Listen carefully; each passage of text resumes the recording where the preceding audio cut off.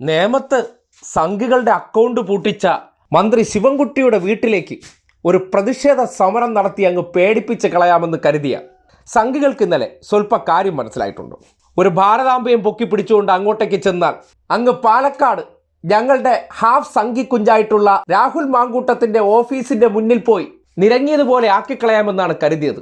പക്ഷെ മുണ്ടും പൊക്കി ഓടേണ്ടി വന്നു എന്നുള്ളതായിരുന്നു തലസ്ഥാനത്ത് കണ്ട കാഴ്ച.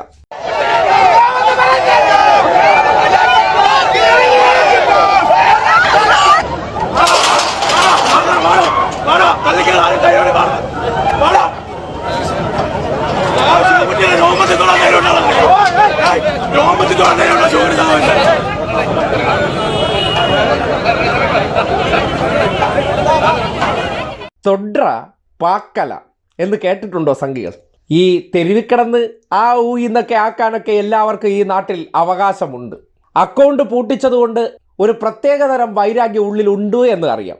അതും വെച്ചുകൊണ്ട് ഇപ്പോൾ മൂക്കിക്കയറ്റിക്കളയൊന്നൊക്കെ അങ്ങ് ഗീർവാണം അടിച്ചാൽ കൊണ്ടുപോയി അങ്ങ് രാജ്ഭവനകത്ത് വെച്ചരെ എന്ന് മാത്രമേ ഈ നാട്ടുകാർ പറയത്തുള്ളൂ.